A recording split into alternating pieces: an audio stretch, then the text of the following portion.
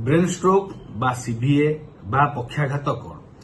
जदि मस्तिष्क भितर रक्त संचालन बाधाप्राप्त घटे जदि रक्त जमाट बांधे कि रक्तनली फाटी ब्रेन भितर ब्लीडिंग हुए ताको आम ब्रेन स्ट्रोक कही बहुत समय सीभीए भी कही सेरेब्रो भास्कुलर एक्सीडेंट तेणु केमती आप जानवे जदि हठात कौन लोकर मुंड बिंधे सीभियर मुंड बिंधा हवा मुंड बुले हवा आखि झापसा देखा दिदिरा देखा हठात कथा खनि बाजी जावा कथा न कही पारिबा मुह बंका हो हठात गोटे गोड़ हाथ दुर्बल हो पारालिसिस धरी नवा हठात गोड़ हाथ झिमझिम लगे अबस लगे चलबारे इनबालांस हवा हठात न चली पारिबा एवं हठात आपन कौन